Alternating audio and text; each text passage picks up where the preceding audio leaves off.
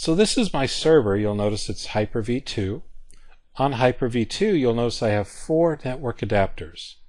Each of my network adapters has a static IP address. Now if I click on any one of these network adapters, if I click on the link for the static IP address, you'll notice that takes me to my network connections. And I wanted to show you the network cards real quick, and you'll notice that I have 2 Intel Pro 1000s, both Ethernet and Ethernet 4. Ethernet 2, you'll notice I have a Realtek Gigabit Ethernet adapter. At Ethernet 3, I have an Intel Gigabit CT adapter. Now, once again, back in the older versions of Windows, the chances are that I would only be able to use Ethernet and Ethernet 4 in NIC teaming. This particular network adapter, once again, is made by Realtek, and I would have to go through Intel in order to use NIC teaming with these two. So the chances of Intel actually being able to be compatible with Realtek is probably not very good. And this is a completely different model of an Intel card. And this is kind of one of those gray areas where it may work or it may not work with the third-party software. So that would be kind of hit and miss. So back in earlier versions, I would actually want to buy 4 Intel Pro cards and put them all in my server. That way I had the same cards from the same manufacturers, and in that scenario Intel would be the one providing the NIC teaming software as well. Now, one of the benefits of using Windows Server and the built-in NIC teaming is that I can use any network adapter from any manufacturer, provided Windows Server 2012 supports that particular network adapter.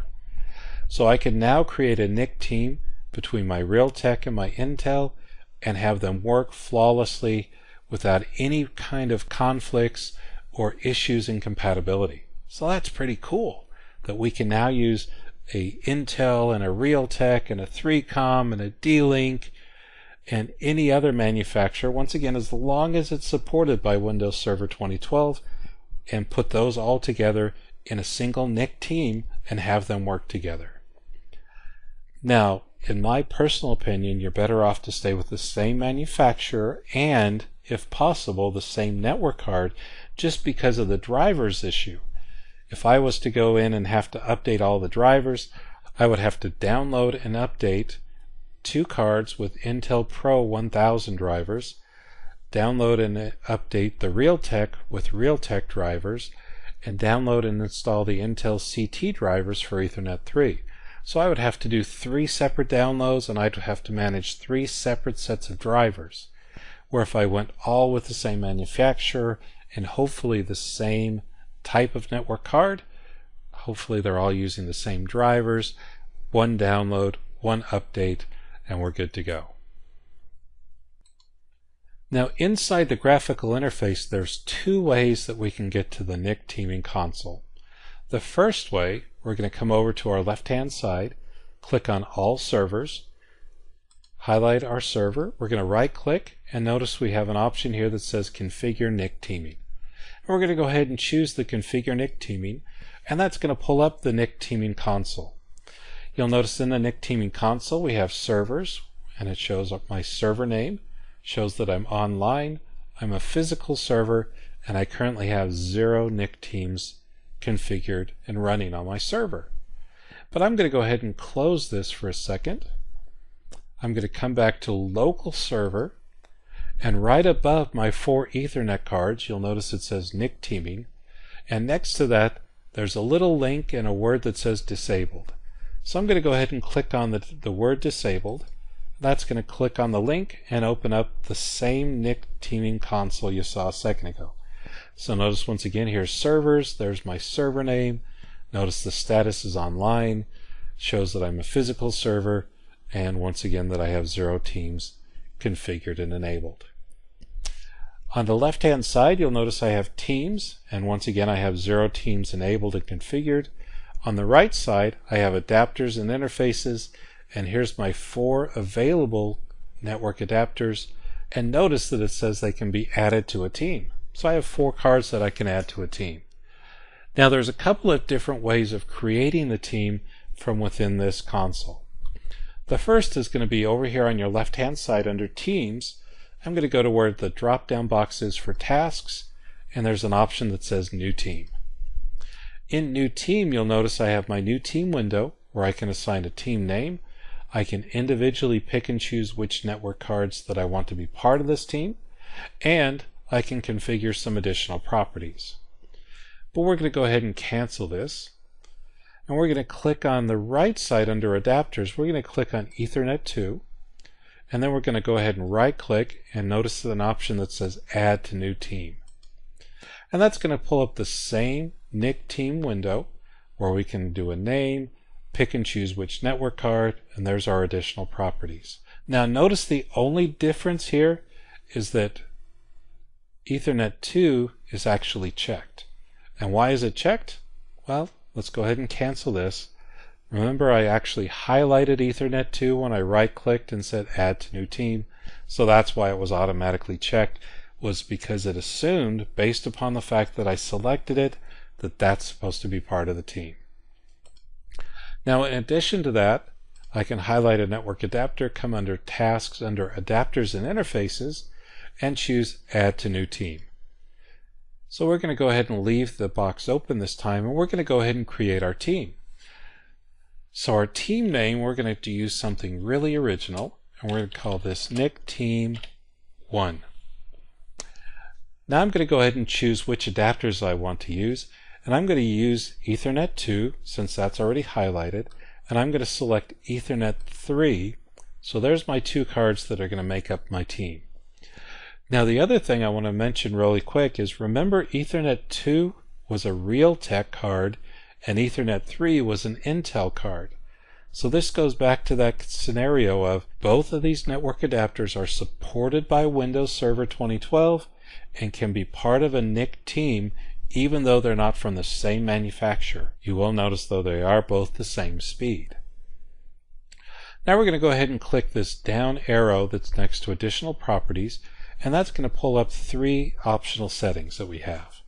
Now I could have just clicked OK and it would have created my team using the default configuration. And the default configuration, you'll notice, is teaming mode, so it shows switch independent, load balancing mode of address hash, and standby adapters are set to none with all adapters being active. So let's talk about the teaming modes. There are 2 teaming modes that we can use.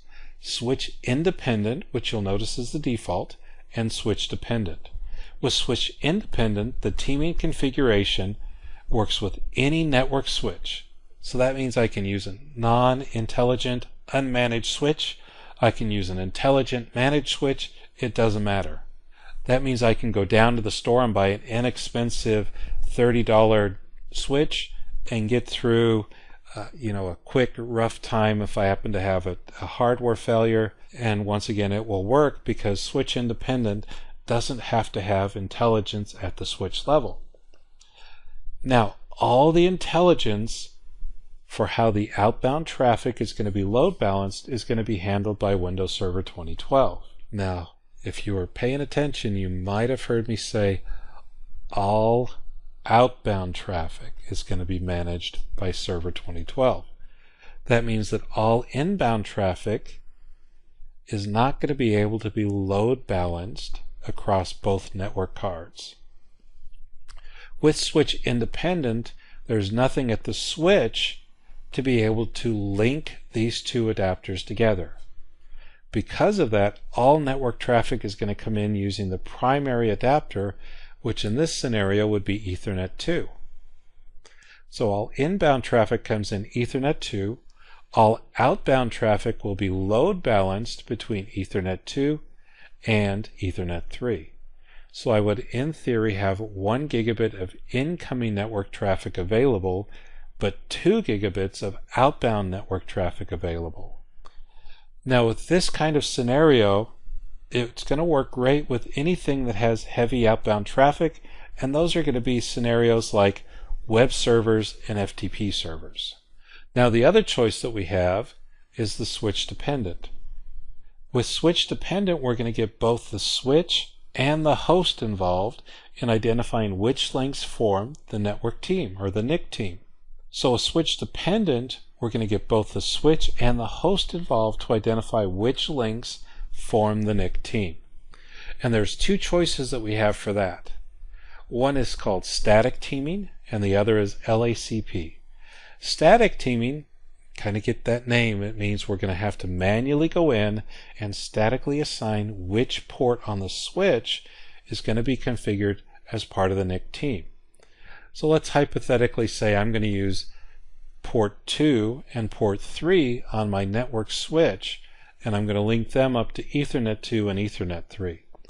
Now in doing so, that's going to be able to double my inbound traffic. Remember with switch independent I said a 1 gigabit inbound but 2 gigabit outbound? Well, with switch dependent I'm going to be able to double the inbound, because now I can group these two adapters together into one team, and that's going to combine the availability of my inbound traffic as well as my outbound traffic. So the switch is going to help manage that inbound traffic, and the Windows operating system is going to help manage the outbound traffic. Now LACP is more the dynamic way. LACP stands for the Link Aggregation Control Protocol. And what that's going to do is it's going to allow us, the Windows operating system, to be able to send packets to the switch and be able to say, hey, let's configure ports 2 and 3 for NIC teaming. And they're going to be connected to Ethernet 2 and 3 on the server. So it's kind of a way of dynamically allowing the ports to be able to be configured. Now with that said, yes, we will have to go into the switch, we will have to make sure LACP is enabled, and that LACP is enabled on the ports that we want to be able to use for our NIC teaming.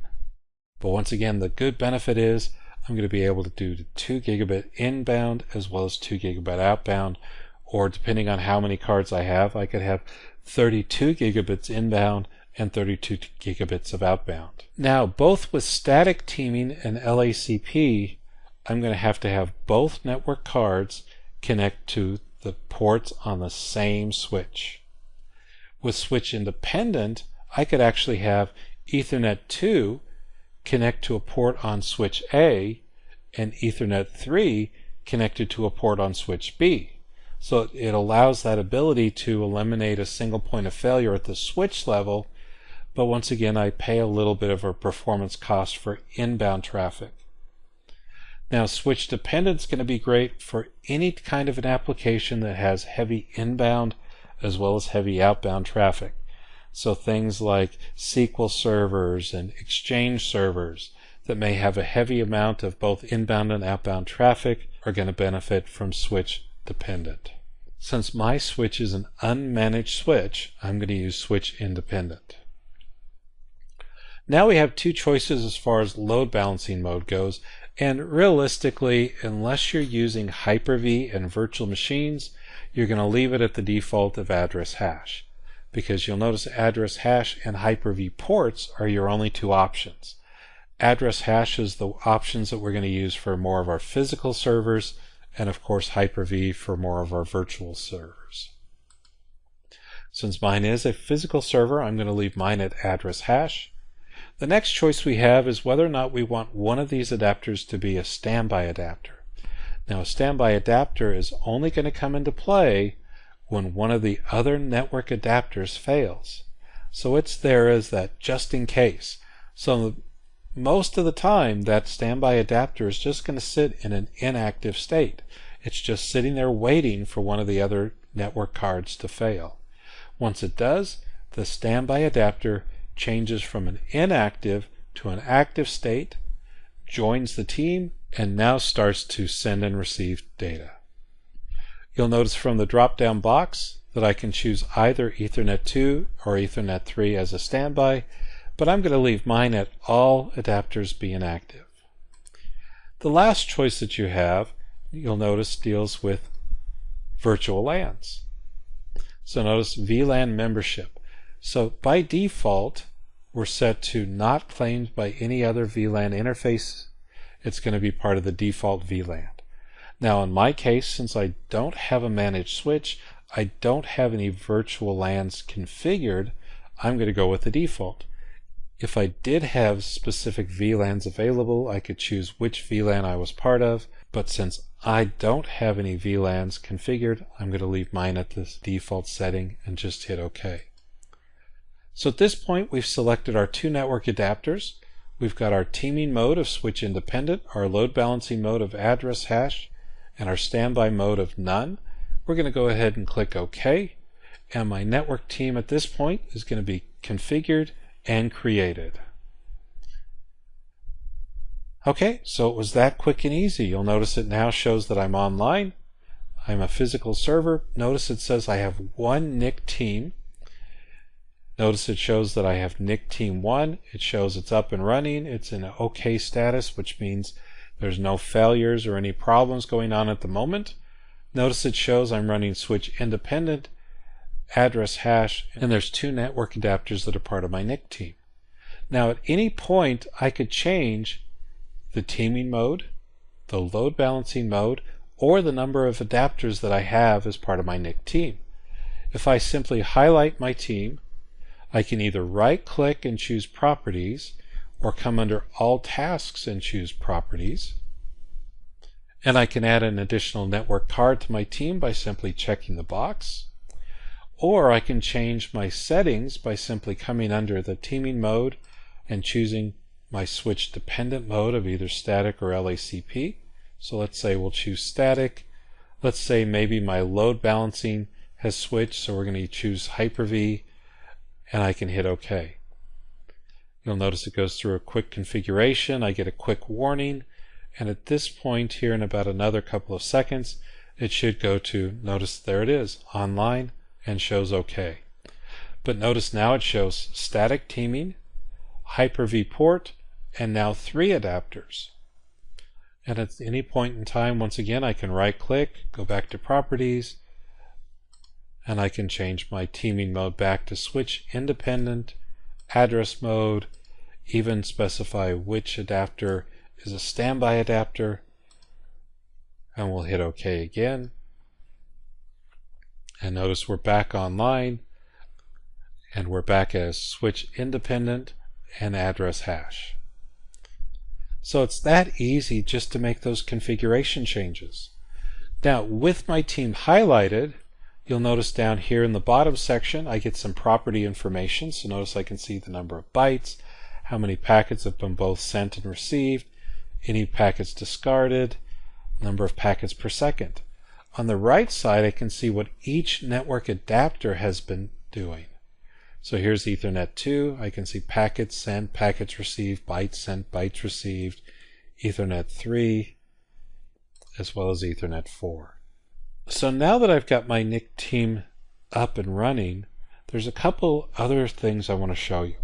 The first one is back in the network connections. So let's go back to our network connections box. And you're going to notice now we have an option here that says NIC team, and notice that it says multiplexer driver. Remember when we said we're going to add a driver into the network stack, and this is it. This is the multiplexer driver. And this is also where we're going to manage our network configuration. So if I actually come up and let's take a look at, let's say, Ethernet adapter 2, and I go to properties, you're going to notice that everything is unchecked, including TCP/IP version 4 and 6. Everything is unchecked except the multiplexer protocol. And if I look at Ethernet 3, you're going to notice the same thing. Now if I come look at my NIC team, and I go to properties, this is where I would actually do my configuration. So this is where I would do my IP4 and my IP6 configuration, make any adjustments that I need to as far as quality of service or file and print services go, and where I can manually or statically add my IP address. Now you'll notice that it says obtain an address automatically. So if I come back to my server manager properties, you're going to notice that my NIC team is listed now, but notice it shows assigned by DHCP. So yes, DHCP is going to assign the IP address for your NIC team, and it's one address that's going to be used by the entire team. So what I can do is manually assign a static IP address, let's say 0.100, put in my subnet mask, got my default gateway, and this is how I can assign the static IP address to my NIC team. Now, all members of the NIC team are going to use this one IP address for all outbound as well as all inbound communications. So once I hit OK, you'll notice I got the warning message about multiple default gateways. And the reason that I got this message was, if you remember, there was still one network adapter. So let's come back to our server properties real quick. So notice I still have Ethernet that has one static IP address, which means it also has its own subnet mask, its own default gateway, its own DNS settings. And that's why I got that message about the multiple gateways. It's because I'm assigning a gateway to my Ethernet adapter and to my NIC team. Now, if they were different default gateways, maybe the address numbers were different, you'll notice that this one is set to 254. Maybe I set this to 0.1, so it would go out a different pathway. If I did that, the chances of our network traffic reaching its destination are kind of 50-50. It's going to choose the default gateway, it's going to send the packet, and it may not get directed to the right subnet. Now, since both my Ethernet adapter and my NIC team are sharing the same default gateway address, I'm just going to click OK and close, and we're good to go. Now when I come back to my server manager and I hit my refresh, you're going to notice now there's my static IP address. Alright, so let's go back to our NIC teaming console, and at any point in time I can actually remove a network adapter from the NIC team. And to do so, I can do it a couple of different ways. I can right click on my NIC team and go to Properties.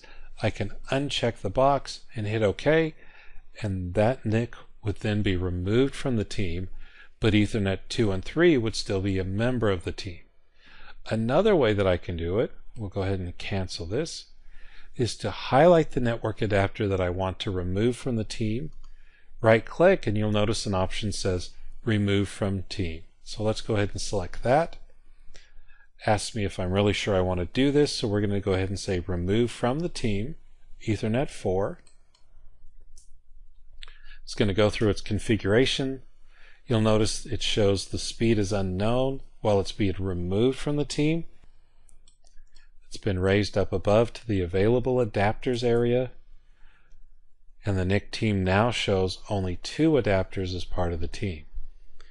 At this point, I could then go in and create a new team, choose my 2 network adapters, configure my additional properties from teaming mode and load balancing mode, and get everything configured for NIC team number 2. Now, the reason I'm not going to do that, I'm actually using a remote desktop connection into my server. And my remote desktop connection is currently using my Ethernet adapter, this adapter right here. And if you remember, when I created the team, it took the static IP away and assigned a DHCP address. So that means I would have lost my remote desktop connection into the server. I would have to go to my server, find out what the IP address was that was assigned via DHCP to that server, and finish my configuration settings at the server's console. So that's something you have to think about and be aware of when you're actually configuring your NIC team. So I'm going to go ahead and minimize this. Now, the next thing I want to show you is that you can configure as many columns as you want to within your NIC team windows. So I can come in and I can configure some additional columns of information by coming over, notice where the arrow is, so this is my name. I can right click and notice I can add additional options here for network adapters. So notice it shows I have 4 adapters but 1 NIC team. I can add available adapters. I can add NIC team interfaces. Under teams, notice I can also add interfaces, and under network adapters I can also include role, description, and team. So I can add and remove columns if I want to as well. So I could come back in, right click, remove network adapters, and go back to my settings as they were before. Now the last thing I want to show you before we go back to our slides is how to remove the NIC team altogether. So let's say that I'm going to retire the server.